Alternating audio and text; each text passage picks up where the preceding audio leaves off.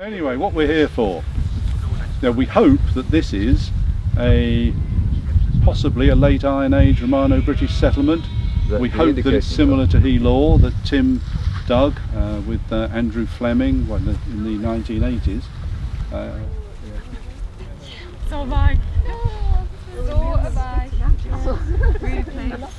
You want to? Yeah. No, keep it on. Keep it on that point there. Right. I've got a friend who lives on Barrow.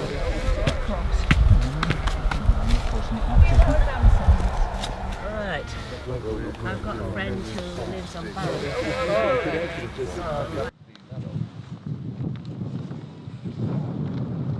It's exactly what we wanted to find. So it's what you say, Tim? It's native ware of the possibly of the Roman period, possibly of the pre-Roman Iron Age. Right. Okay.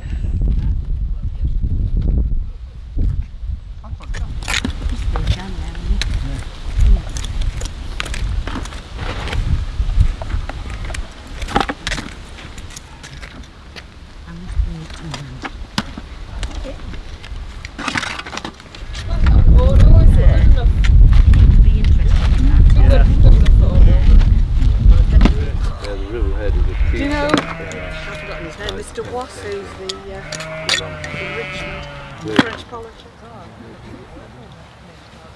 This is a good use of it. You get rid of Too much, obviously. Yesterday I didn't find it a problem, but today I can feel the difference.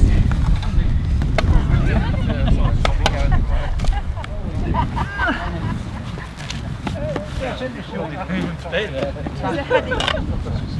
Yeah. That was this panda's a wall there. How are you doing? It's a pound stone wall.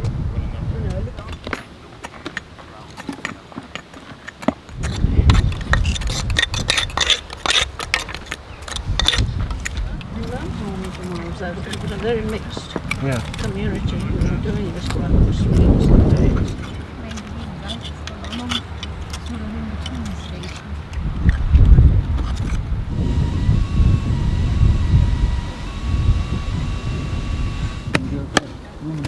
They do realise this is full time. Everything we rented before. We were trying to work out what the passion. I'm sure it could be a ring. So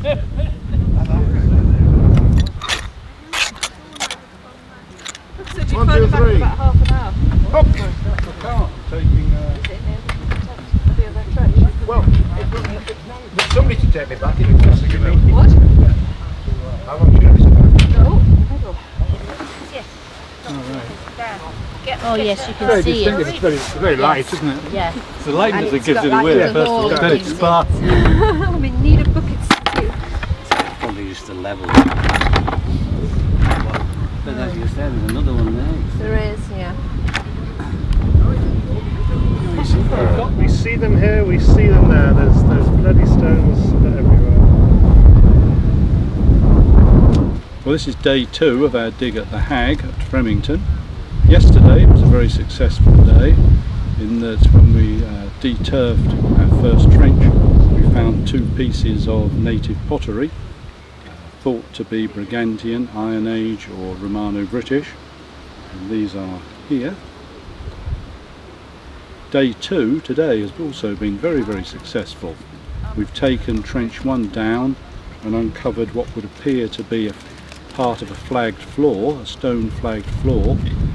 According to Tim Lorry, our consultant archaeologist and president of our archaeology group, it's very much like the dig which he undertook with Andrew Fleming at Hagg, and similarly we've opened up trench 2 across another potential roundhouse, and we've also uncovered a very nice what would appear to be stone flagged floor.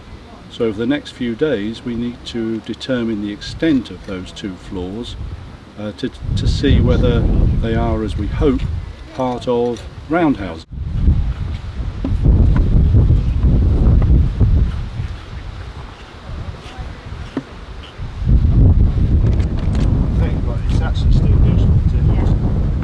It reinforces it when you want to, Tell you about the small fine system here.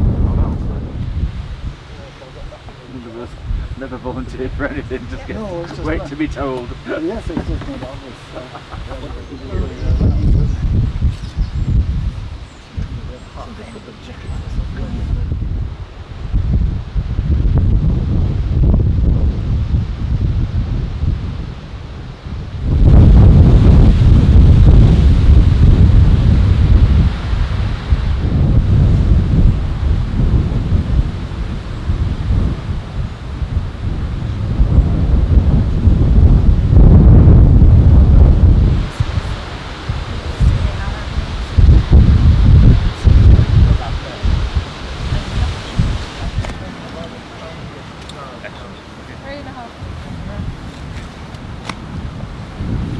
To get the edging done, you can take the string up, pull the sheet, angle it.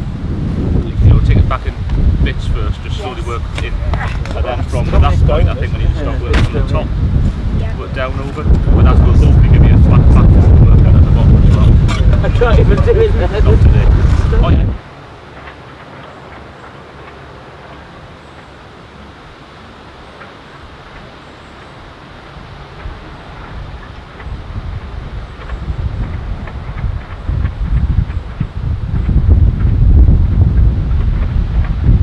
Those stones are all looking like lentils in old houses. All chisel marks. Very nice. We've got the right spot. Day 3 at the Hagg dig. I'm holding this sound recorder because it's very windy and we're not sure whether the microphone on the camera will actually pick up my voice.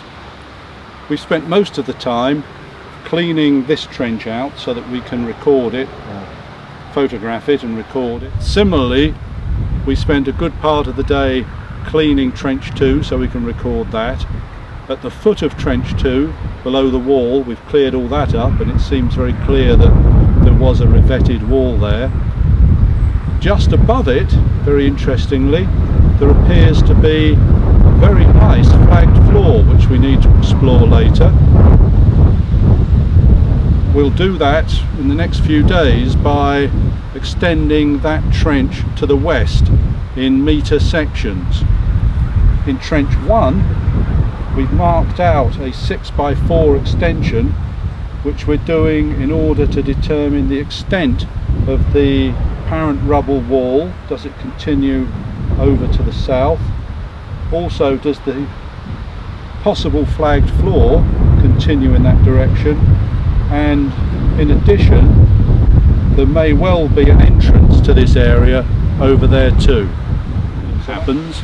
Most of the excitement was at the very end of the day when we discovered what seems to be a chiselled channel along here, chiselled through these various pieces of stone. A lot of speculation as to what that might be, and hopefully we'll discover more tomorrow. I would have said that's later, but I mean, there would have been. Anyone near us? We have apparently Shout at your dad.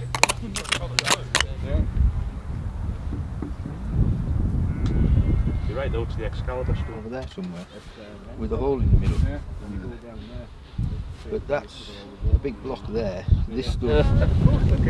Don't need to tell me that.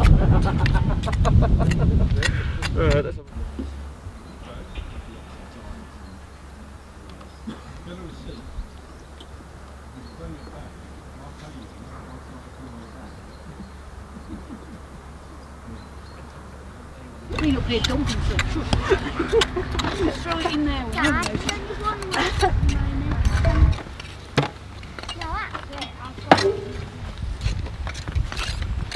So instead of what a lot of people thought that the earthworks might have came around here and straight across there, instead you've got one that comes around here, stops here, then you've got another one that runs straight across and forms another top terrace again.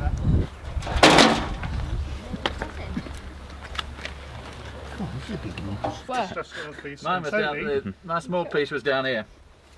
We think it might be a piece of Roman black burnished ware. Oh, very good. Which is a... Oh, it's got nice sort of trimming round It does.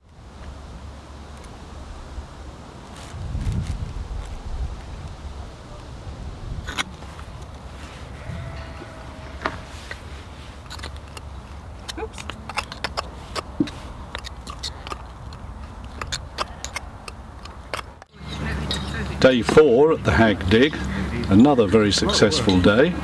You may remember that from yesterday we decided in Trench 1 that we would open a slot up to the south to determine the extent of the paved floor, the wall, and also see if we could identify an entrance.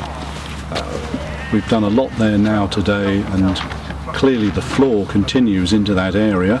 We found some very interesting pieces of pot. We found some Iron Age pot and what would appear to be some Roman pot as well. So we're quite excited about Trench 1. If you also recall, Trench 1 was placed in order to identify a large magnetic anomaly. We haven't come across that yet, but Mike with his dowsing and Stephen with his metal detector think they've identified a metallic anomaly slightly to the north of the trench, which we'll have to look at some time. Trench 2, which you can perhaps see behind me, we've identified there that we have two clear flag surfaces. The lower one to the south looks as if it might well be a trackway running along the top of the wall, although of course we can't be certain about that. The higher one to the north would appear to be the interior of perhaps a dwelling, maybe a byre. It might have been an early dwelling because we found some Romano-British pot in that area too, and the slot that we spoke about yesterday might possibly be a later, maybe medieval addition, when possibly the building was reused in some way, but that of course is just speculation at this point.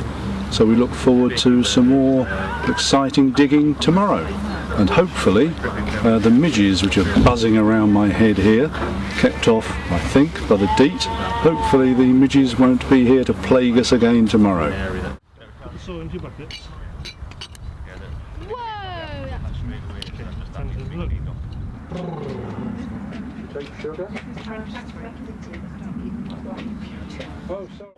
And obviously a change of entrance. So you know, that could be the original half in across here, then say change it out at a later date with the Oval House coming in. Depending. Gosh, these midges are not even better.